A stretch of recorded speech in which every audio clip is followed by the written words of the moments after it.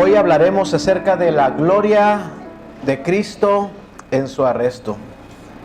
Hemos llegado al capítulo 18 y del 18 al 21 prácticamente estaremos ya hablando acerca de la pasión de Cristo, que tantas veces hemos quizás visto en películas o hemos leído a través de los evangelios.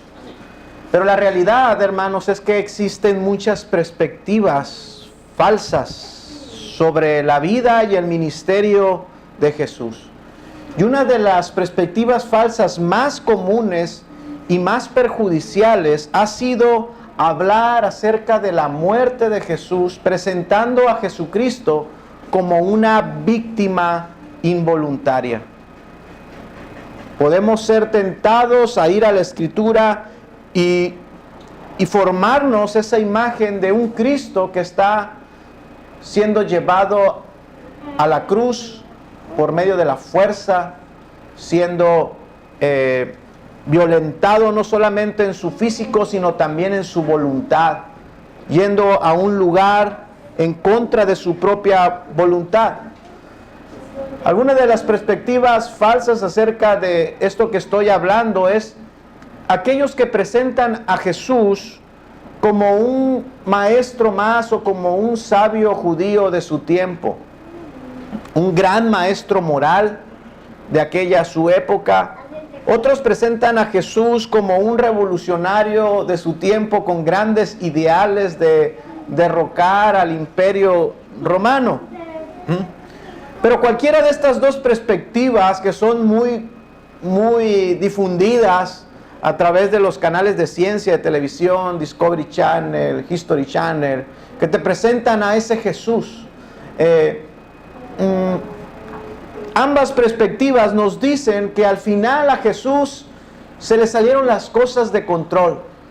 Jesús iba con otros motivos y de repente las cosas se le complicaron, se metió en problemas con los líderes judíos y eso lo llevó a tener conflictos con Roma y entonces terminó de una manera involuntaria colgado de un madero. La verdad que nos presentan las Escrituras, sin embargo, es todo lo contrario. Jesús no fue una víctima involuntaria. Nosotros recordamos que ya leímos las palabras de Jesús en el capítulo 10, verso 17. Jesús ya les había dicho esto a sus discípulos. Por eso me ama el Padre, porque yo pongo mi vida y la vuelvo a tomar. Nadie me quita la vida, sino que yo mismo la pongo. Tengo poder para ponerla y tengo poder para quitarla. Este evangelio de Juan va más allá de aquella imagen que pusieron los otros tres evangelios. Este evangelio de Juan es el más tardío y Juan nos presenta la gloria de Jesús en su arresto. Nos presenta detalles para que nosotros podamos ver en Jesucristo al Dios encarnado, mostrando su gloria aún en el momento más oscuro, más difícil de su ministerio. Juan hace este esfuerzo, inspirado por el Espíritu, nos plasma en estos capítulos 18, 19 y 20 la gloria de Jesús en su pasión. Y hoy vamos a ver a ese Jesús. No solamente a ese Jesús sufriente, sino a ese Jesús que está triunfando en cada etapa de su pasión. Ver al Cristo glorificado, ver al Rey soberano, aún en medio de estos momentos tan difíciles. La Escritura ya nos había profetizado acerca del Mesías. Nosotros conocemos Isaías 53 y en el verso 6 y en el verso 10 dice estas cosas: que el Señor haría recaer sobre aquel la iniquidad de todos nosotros. Dice el verso 10 que el Señor quiso quebrantarlo y hacerlo sufrir. Entonces, hermanos, podemos darnos cuenta de que el propósito de la venida del Mesías no era ajeno a lo que Jesús pasaría aquí. Su arresto, su juicio injusto, sus dolores y la muerte en la cruz. Era el plan perfecto de Dios. Y este era el entendimiento que tenía la iglesia primitiva. Este es el pensamiento cristiano. Jesús como nuestro Salvador triunfante. Y por eso nosotros hablamos de la cruz como el momento de triunfo de Cristo, no como un momento de derrota. Jesús es el cumplimiento de las profecías. El apóstol Pedro, en el libro de los Hechos, en aquel sermón, Pedro levanta la voz y lo declara de una manera muy clara y evidente acerca de esto que estoy hablando. Jesús, dice Pedro, fue entregado por el determinado consejo y anticipado conocimiento de Dios. Jesús fue entregado. Así es que hoy vamos a hablar del arresto de Jesús, pero recordemos las palabras de Pedro. Jesús fue entregado por el determinado consejo. Desde la eternidad se había determinado este momento, este arresto del cual vamos a estar estudiando. Hubo un consejo, el Padre con el Hijo, y esto fue a lo que se llegó. Será el Hijo entregado. Estaba entonces en el conocimiento, dice Pedro, de Dios, todos estos acontecimientos. Jesús entonces, como Dios encarnado, hermanos, siempre estuvo en control de todas las cosas. Los eventos que rodearon su muerte estaban bajo su control absoluto, y eso es lo que pretendo mostrarles a través del texto que vamos a estudiar en este día. Lejos de ser un accidente, esta es la razón principal de su venida.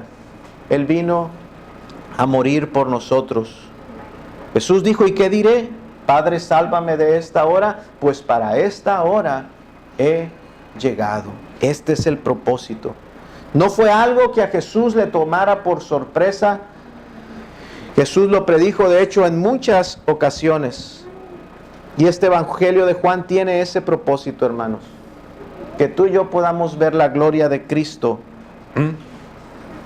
No presentarlo como una víctima, sino podamos ver esa gloria y majestad. Incluso mientras lo traicionan, incluso podemos ver la gloria de Cristo mientras Judas se acerca y le da un beso. Es posible ver la majestad del Señor. Incluso mientras Cristo está siendo ejecutado en la cruz, uno puede ver la gloria de Dios a través de Jesucristo. Hermanos, si existe un propósito en este estudio que vamos a tener el día de hoy, es que te puedas dar cuenta de que Dios tiene absoluto control. Que Dios siempre tiene el control absoluto de todo. Veremos que a pesar de lo vergonzoso, hermano, y desagradable de todo lo que se le hizo a Jesús, Él seguía ofreciendo y dándonos pruebas indubitables de que Él era Dios. Veremos entonces, hermanos, en este su arresto, veremos 4 evidencias que demuestran su majestad y su gloria. Hablaremos acerca de la valentía de Cristo, hablaremos del amor de Cristo, hablaremos del poder de Cristo y de la obediencia de Cristo. Vayamos a la Escritura y leamos del verso 1 al 11.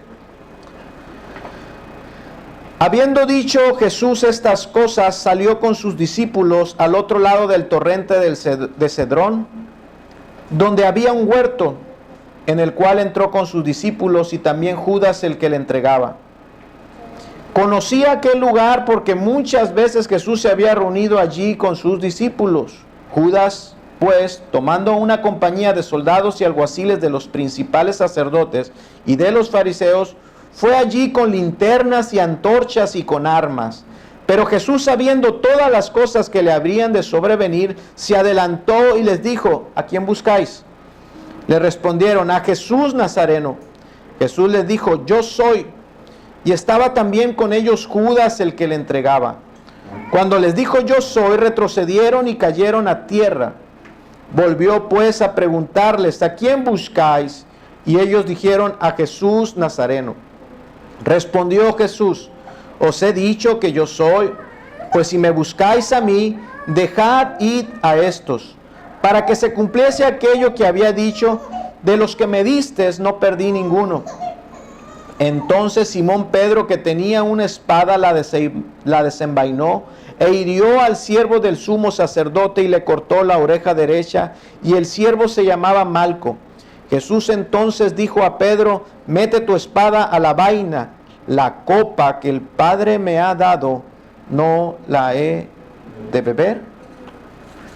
Primeramente, Juan nos expresa esa gran valentía que tuvo Jesús en este momento. Se necesita valor para enfrentar a tus enemigos. Se necesita verdadero valor para enfrentar un juicio que se ha arreglado para mentir en contra tuya y darte una condena injusta. Se necesita mucho valor, hermanos, para enfrentar el dolor. Se necesita valor. A nadie nos gusta sufrir, a nadie nos gusta ni siquiera un dolor de cabeza, porque preferimos evitarlo por cualquier medio y tomamos cualquier remedio que nos quite el dolor.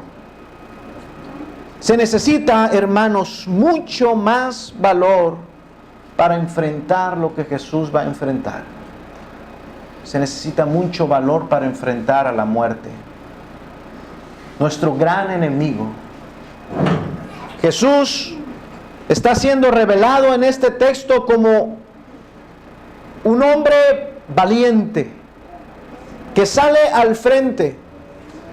Aún dice en el verso 4, sabiendo todas las cosas que venían sobre de él, aún sabiendo que la muerte estaba delante de él, que sus enemigos venían por él, que enfrentaría un juicio injusto y sufriría un tormento físico terrible y un abandono, el abandono de su padre, aún sabiendo todas estas cosas, Jesús pudo enfrentarlo con absoluta calma y confianza. Querido hermano, Juan nos revela quién es el verdadero Salvador. ¿Quién es el verdadero David? Aquel que iba a salir de entre sus hermanos, iba a salir al frente de la batalla e iba a enfrentar a Goliat. Jesús es nuestro gran Salvador. Aquel que enfrentará a nuestros enemigos, aquel que enfrentará al enemigo más grande que tenemos. Juan nos lo presenta aquí, a ese hombre valiente que sale por nosotros, a Jesús, aún sabiendo las cosas que estaban por venir. Dice el texto, se adelantó, salió al frente. Salió al frente. Se necesita valor, hermanos, para ver el rostro de aquel a quien tú has servido y que te va a traicionar. Se necesita verdadero valor para enfrentar a los traidores. Verle a la cara, ver que se acerca a ti y te da un beso en la mejilla. Se necesita verdadero valor.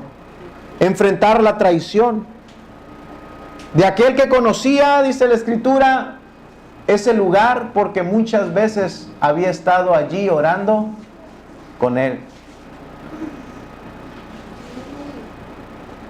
Qué traición tan grande la que enfrentó Jesús. Nadie ha enfrentado una traición tan grande, y vemos que Jesús sale al frente a dar la cara y a ver a aquel hombre que muchas veces había estado orando con él en ese huerto, pero ahora viene a entregarlo. Dice que Judas, dice la Escritura, que Judas venía con una compañía en el verso 3 de soldados y alguaciles de los principales sacerdotes y fariseos. Lo que va a enfrentar Jesús es una compañía de soldados. Si uno ve las películas y dice, eran 12, 30. Una compañía de soldados estaba formado por 600 soldados. La expresión mínima en que se podía reducir esa compañía cuando saldrían a alguna misión era dividirla en 200 hombres. Si pensamos que la ciudad en esos días que se estaba celebrando la Pascua estaba preparada para enfrentar cualquier revuelta, porque eran días nacionalistas donde los sentimientos de querer ser libres afloraban, y había miles y miles de personas en ese momento, Roma estaba preparado para enfrentar cualquier rebelión. Podemos entonces pensar por lo menos que se acercaron 200 hombres fuertemente armados de la guardia romana, más, dice ahí, más los alguaciles de los principales sacerdotes. Estamos hablando de los policías. Poniéndolo en un contexto, estaríamos hablando de que una compañía de militares y otra compañía de policías, que eran los que guardaban el templo. Todos estos hombres armados vienen a buscar a Jesús. Roma siempre estando dispuesta a mostrar su poderío, y aquí viene a buscar a Jesús de Nazaret. Dice el texto que vienen a él con antorchas y lámparas. Qué ironía, hermanos. Qué ironía. Buscar con antorchas y lámparas a aquel que es la luz del mundo. Se viene a él con pequeñas lucecitas en sus manos. Aquel que había dicho que es la luz del mundo. Se tiene, hermanos, que estar demasiado ciego para cometer un acto así. No sé si usted me entienda lo que le voy a decir, pero podemos estar seguros que en esa noche en que se celebraba la Pascua que no se regía por una fecha solar, sino los judíos se rigen por el calendario lunar. Es decir, la Pascua o la Semana Santa, no sé si se ha dado cuenta que siempre caen en días, semanas diferentes. Es porque se rigen con el calendario lunar. La Pascua, durante la Pascua siempre hay luna llena. Esa noche nosotros podemos estar seguros que la luna estaba en su mayor esplendor y podías caminar como si fuese de día. No se ocupaban lumbreras ni antorchas en esa noche. Podías caminar en el huerto y ver las sombras por la luz que proyectaba la luna esa noche. Se tiene, hermanos, que tener otros propósitos para buscar a Jesús con antorchas y lámparas. Ellos creían que Jesús se iba a esconder, que tendrían que buscar a Jesús entre las cuevas, entre los arbustos, buscarlo. Ellos iban preparados a tener que buscar a Jesús debajo de las piedras, hermanos, escondido en una cueva. Ellos vienen a buscar a Jesús y ellos están preparados para que ponga resistencia. Vienen armados y vienen con antorchas a buscar a aquel que dijo que era el príncipe, aquel que es el príncipe de paz. Juan, hermano, nos dijo que en la última cena Satanás entró en Judas. ¿Recuerdan? Satanás entró en Judas y salió del lugar, dijo Juan. Salió a ir a traicionarlo. El príncipe de este mundo, quien es Satanás, viene a arrestar a Jesús con todos sus recursos. Viene con un traidor. Viene con la fuerza de un imperio. Viene también con el poder destructor de la falsa religión. Vienen allí también los fariseos. Pero al final quien saldrá triunfante es el príncipe de paz. Dice el verso 4, pero Jesús, sabiendo todas las cosas que le habrían de sobrevenir, se adelantó y les dijo, ¿a quién buscáis? Lejos de esconderse, hermanos, Jesús se adelantó y fue a su encuentro. Tú tienes que darte cuenta que Jesús está tomando la iniciativa de su arresto. Que Jesús es el que está en control absoluto de todo. Y cuando vienen, Jesús es el que sale a buscarlos y se les pone enfrente y Él es el que interroga. ¿A quién buscáis? Tienes que ver la gloria de Cristo en este momento. Que Él tiene el control de este momento y Él toma el control, le dice, ¿a quién buscas? Aquellos pensaban que Jesús se escondería y no, sale al frente. Aquellos pensaban que Jesús intentaría escapar o demorar los acontecimientos y no fue así. Vemos a Jesús que ahora Él tiene total prontitud por llegar a la cruz. Mientras antes Él decía, la hora no ha llegado, Él ahora sabe, esta es la hora y tengo que llegar a la cruz. ¿A quién buscan? Díganme ustedes a quién busca. Jesús está saliendo, hermanos, en busca de la gloria en la cruz, con valentía y con gran determinación. Y viene sin ninguna arma a enfrentar a una compañía tan grande de hombres armados, y sin embargo, Él es el que tiene el control. Vemos entonces la gloria de Cristo, hermanos, en esa valentía y determinación en ir a la cruz. La pretendida víctima se está haciendo cargo de su propio arresto, ¿te das cuenta? Él interroga a los alguaciles, ¿a quién buscan? Y ellos contestan, dice el texto, a Jesús Nazareno. El nombre de Jesús era un nombre común, como lo sigue siendo hasta el día de hoy. ¿Cuántos Juan conoces? Seguramente a más de 3, ¿verdad? ¿Cuántos Jesús conoces? Muchísimos. En aquel tiempo también era un nombre común. Y Jesús les pregunta, ¿a quién buscan? Y la respuesta fue, buscamos a Jesús Nazareno. Buscamos a Jesús, al Jesús Nazareno. Ese nombre Jesús significa Jehová salva. Jesús estaba haciendo en esa noche que confesaran su nombre. Número 1, que se dieran cuenta por quién venían. Venían por Jehová que salva. Jesús, hermanos, entonces responde y dice, vienen a buscar a Jesús Nazareno, y Jesús les contesta, yo soy. Jesús toma de nuevo el nombre de Dios, lo toma porque es de Él, porque a Él le pertenece, y les contesta y les dice, yo soy, que significa yo soy el eterno, el ser eterno. Vienen a buscar a Jesús, yo soy Jehová. Por lo menos los fariseos, los discípulos y Judas sabían la fuerza de estas palabras. Jesús estaba confesando, vienen a buscar a Jehová, al eterno. Vienen a arrestar a Dios. Por lo menos los judíos que estaban ahí sabían la fuerza y el poder de estas palabras, hermanos. Y Juan no pierde la oportunidad de señalar que en ese momento se encontraba allí Judas. Dice el texto, y Judas estaba con ellos.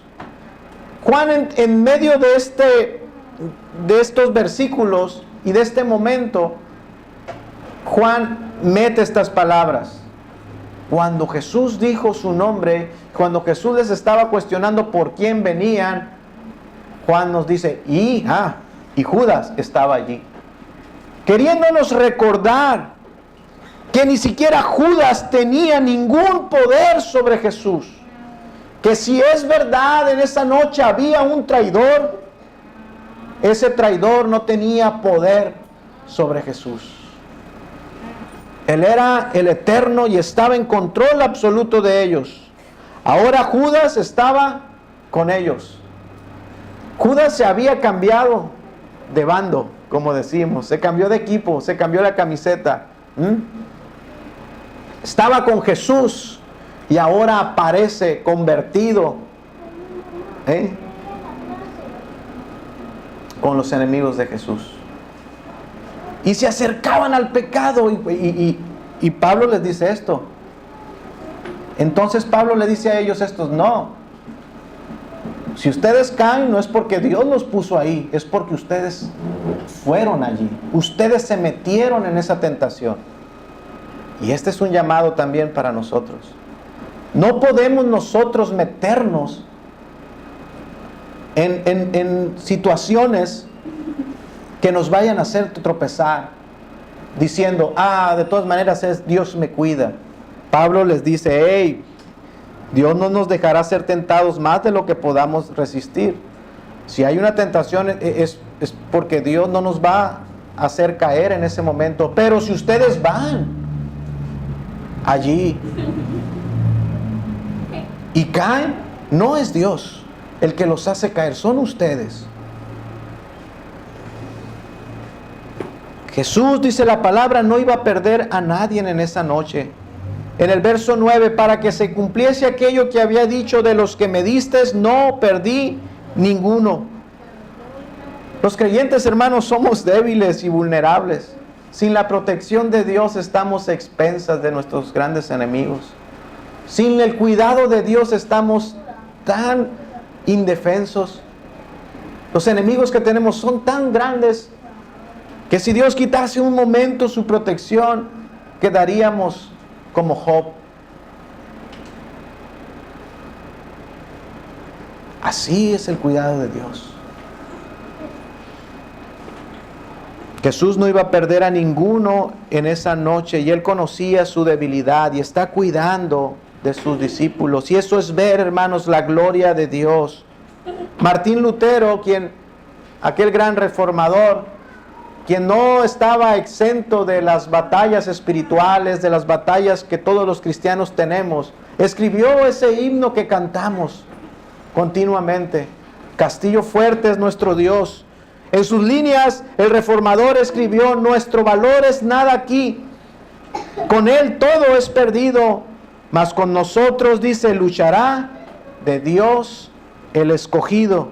Él es nuestro Rey Jesús, el que murió en la cruz, Señor y Salvador, y siendo Él solo Dios, Él triunfa en la batalla, hermanos. Podemos estar seguros, hermanos, de nuestra victoria, porque no es nuestra victoria, su victoria, entonces es nuestra victoria.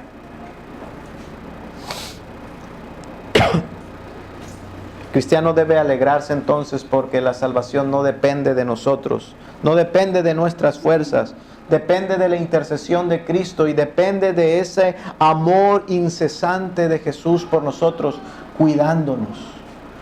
Dios te cuida. Tú puedes decir: Dios me cuida. Tú puedes decir en cualquier momento, tú puedes decir: Dios está en control y Dios me está cuidando. Dios me está cuidando. Vamos al verso 10. Dice la Escritura: entonces Simón Pedro, que tenía una espada, la desenvainó e hirió al siervo del sumo sacerdote y le cortó la oreja. Inmediatamente aquí, como para que no se pierda el hilo, Juan nos pone, para que nos demos cuenta de que lo que estamos hablando es cierto. Si se trata de nuestras debilidades, no vamos a tardar en evidenciarlas. Si se trata de cuidarnos por nosotros mismos, aquí está Pedro, quien nos representa a todos nosotros. Yo tengo un buen representante en esta historia y aquí está Pedro. Ocupamos a un buen representante de un discípulo débil y aquí está Pedro. Aquel que es impulsivo, aquel que va a sacar la espada, aquel que va a hacer cosas por su propia fuerza, aquel que no entiende, aquel testarudo. Aquí está Pedro. Aquí está Pedro, aquí estás tú, aquí estoy yo. Y dice que Pedro inmediatamente empieza a mostrar su debilidad y el mal carácter. Y eso, hermanos, esa debilidad de Pedro nos va a permitir ver otro destello más de la gloria de Cristo en este momento. Nuestra debilidad permite muchas veces ver la gloria de Cristo en acción. La gracia de Dios. Sin que eso signifique que entonces, como dice la Escritura, vamos a pecar para que Cristo sea más glorioso. No, pero sin embargo, cuando Pedro muestra esta debilidad, nos permite ver más gloria en nuestro Salvador. El impulsivo Pedro, valentonado. ¿Quién no iba a estar valentonado esta noche? Jesús salió al frente. Pedro vio que Jesús salió al frente y que solamente dijo 2 palabras y todos cayeron al piso. No, pues aquí yo vengo detrás de él. ¿Quién no iba a tener valor en esa noche? Sin embargo, el más arrojado, ¿verdad? Siempre vemos que era Pedro, y aquí sale Pedro. Seguramente al ver el despliegue del poder de Jesús, tomó un valor y dijo, se valentonó, sacó la espada. Lo hizo innecesariamente para defender a Jesús. Dice la Escritura que desenvainó la espada, y esto nos hace pensar a un Pedro así como que si hubiera traído una espada así grandota. Eso no es así. La espada, a lo máximo que podía traer Pedro, era un cuchillo de pescador. Estaba prohibido en esos días portar armas en Jerusalén por hacer las fiestas de la Pascua. Nadie podía traer armas. Pero Pedro traía un cuchillo ahí, un cuchillo, seguramente un cuchillo de pescador, un cuchillo que usaron en la noche cuando se preparó la cena. Pedro saca ese cuchillo y va a enfrentar a 200 hombres con un cuchillo. Dijo el hermano en el estudio, se infló. Se infló. Alguien le ha de haber dicho, qué tremendo eres, Pedro. O quería ganarse ese nombre, ¿no? Del tremendo Pedro que defendió a Jesús. Y toma su cuchillo, desenvainó la espada ante decenas de soldados romanos y policías del templo, sintiéndose invencible. Se dirigió al siervo del sumo sacerdote. Pedro no fue por cualquiera. Pedro se dirigió al siervo del sumo sacerdote, al que se encargaba de cuidar al sumo sacerdote. Probablemente Pedro iba sobre el sumo sacerdote, si estaba allí, o iba a cortarle la cabeza a ese hombre. No sabemos si el hombre se movió, se quiso evadir la espada de Pedro, y a lo más que llegó Pedro fue a cortarle la oreja. Pero Jesús está en control del testarudo Pedro, de sus errores. Jesús está en control, y Jesús ama a Pedro, y Jesús ama a Misael, y Jesús ama a Leonardo, y Jesús ama a cada uno de ustedes. Y Él cubre nuestros pecados. Él cubre nuestras faltas. Y Él nos cuida. Y Él es nuestro intercesor. Él tiene cuidado de nosotros.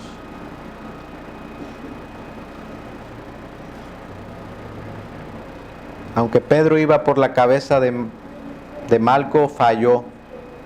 Solo le cortó la oreja. ¿Saben en qué pudo haber acabado eso esa noche? Si Jesús no hubiera tenido el control en esa noche. En una carnicería. En una carnicería. El intento de asesinato de un siervo del templo ante la guardia romana por un hombre que sacó una espada. ¿En qué hubiese acabado esa noche? Si Roma saca el brazo fuerte, hubiera descuartizado a los 11.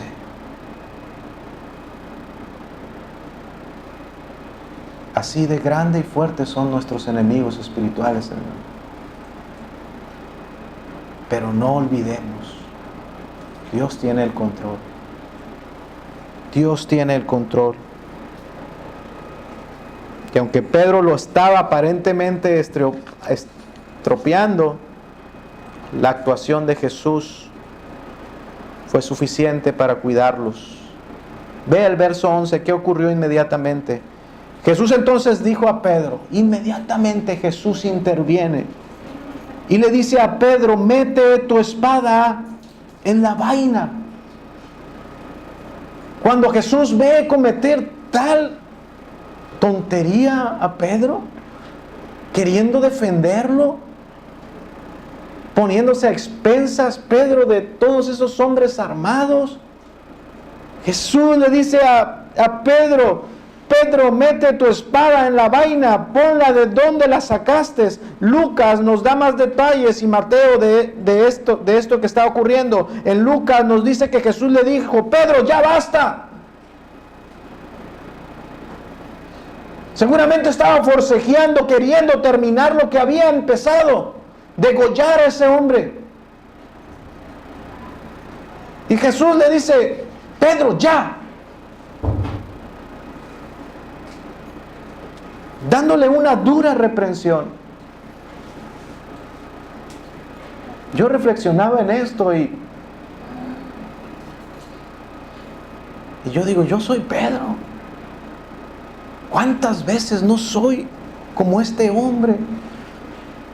¿Cuántos, Señor, tus hijos no se vuelven tan necios y testarudos como este hombre y están luchando ahí? Si fuésemos razonables y delante de la perspectiva de Dios nos vemos torpes, ridículos. Y Dios nos tiene que decir muchas veces, ya. Ya basta, detente. Y es en aquellos días cuando sentimos esa dura reprensión. Y entonces nos damos cuenta de lo que estamos haciendo. Pero solo es gracia y misericordia cuando puedes escuchar esa voz.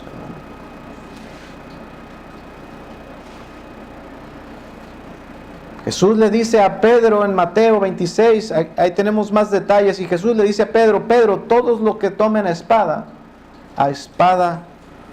perecerán. Pedro, yo no soy un rey terrenal que necesita que sus siervos me defiendan. Yo no necesito, Pedro, que tú me defiendas.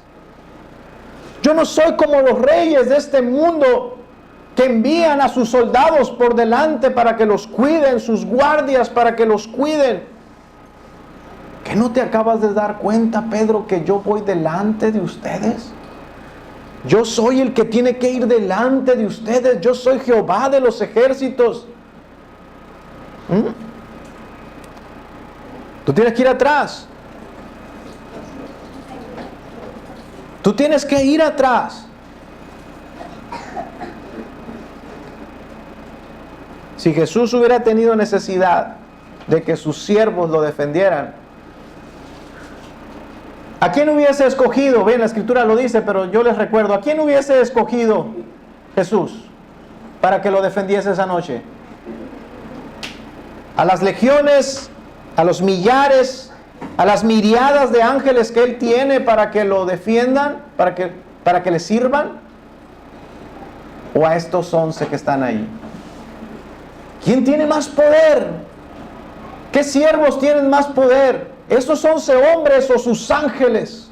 ¿O todas sus huestes celestiales? Jesús no era un rey terrenal.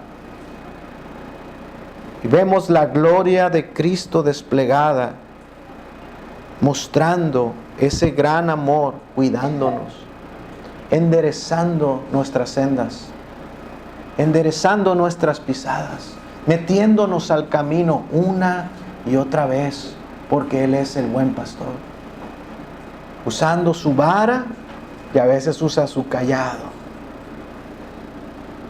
Vara, ya basta. su cayado. Hey, métete para acá.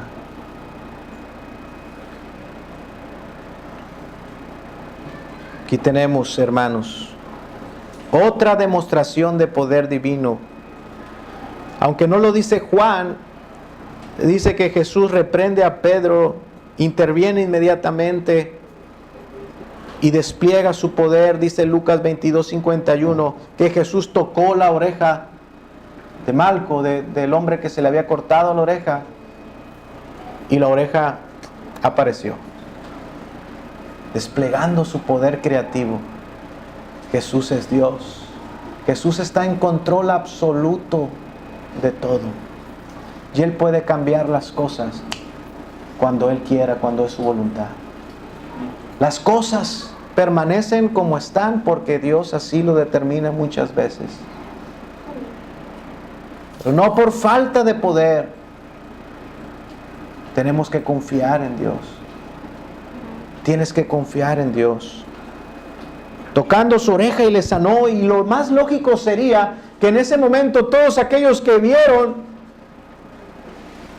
yo no sé qué pasó, si salió otra oreja, si quedó, si la oreja que estaba ahí no sé. Pero todos aquellos que vieron lo que pasó, ese milagro, que donde no había oreja, ahora hay una oreja, hubieran caído postrados todos a adorar a Jesús, ¿verdad? Eso hubiera sido lo más lógico. Al ver el despliegue de poder divino, retraerse, olvidarse de que habían venido y empezar a adorar, a dar loores a Jesús. Pero no fue así. Vemos la dureza del corazón, los ciegos que no quieren ver, los sordos que no quieren oír. Los vemos tan endurecidos por el pecado, y lo vemos continuando que en su arresto. Juan nos había dicho en el capítulo 12, vaya al 12:37, allá atrásito.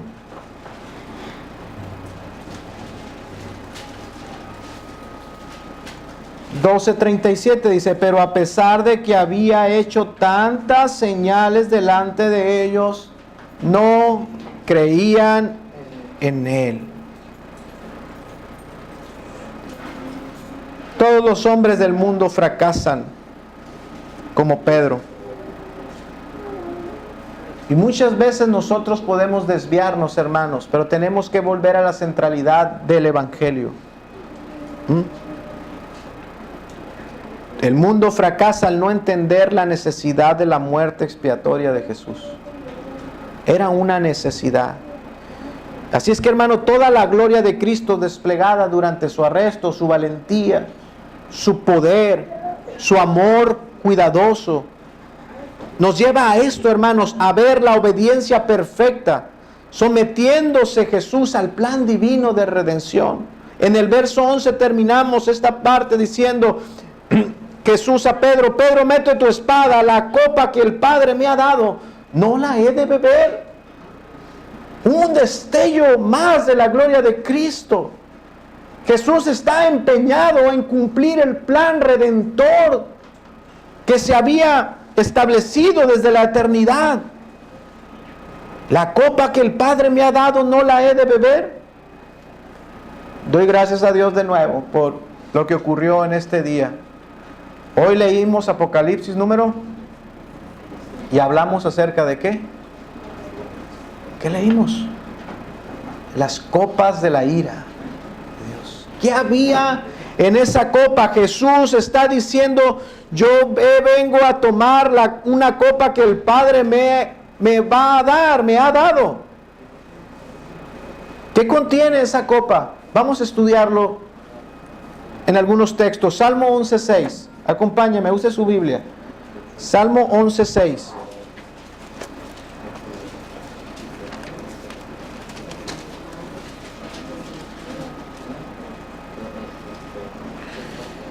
Sobre los malos hará llover calamidades, fuego, azufre y viento abrasador. Será la porción del cáliz, de la copa de ellos.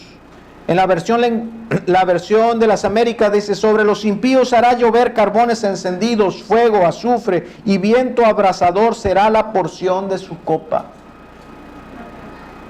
Dios tiene una copa llena de fuego, azufre, carbones encendidos. Salmo 75:8. ¿Qué tiene la copa de Dios? 75:8.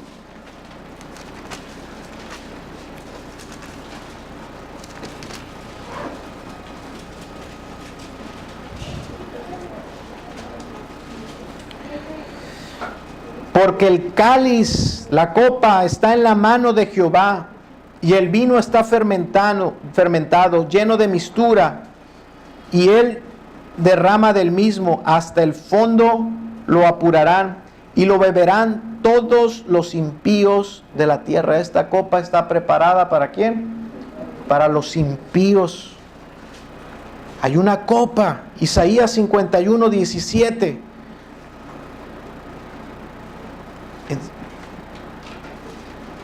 Isaías 51:17 en síntesis nos dice ahí de una copa, la copa de su ira que está en la mano de Jehová. La copa de la ira de Dios. Los que están apuntando, apunta estos dos otros versículos. Jeremías 25:15 nos habla de la copa del vino de su furor. La copa del vino de su furor, de su ira. Ezequiel 23:33 le llama la copa de soledad y desolación. La copa de soledad y desolación. ¿Para quién? Para los impíos. Pero Jesús está diciendo que Él va a beber de esa copa. Que Él está determinado a beber la copa que está destinada a ser derramada sobre los impíos. El carbón encendido, el fuego, el furor de su ira, la desolación, la soledad.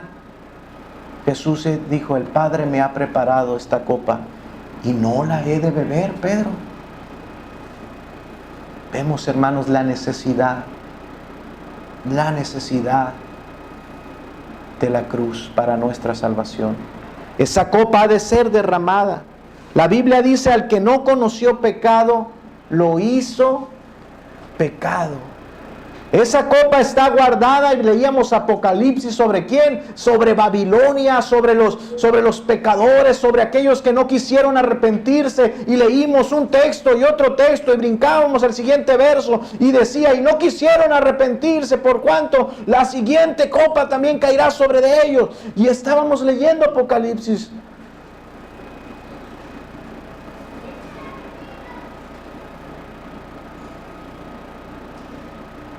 ¿Cómo pues podremos librarnos de esto?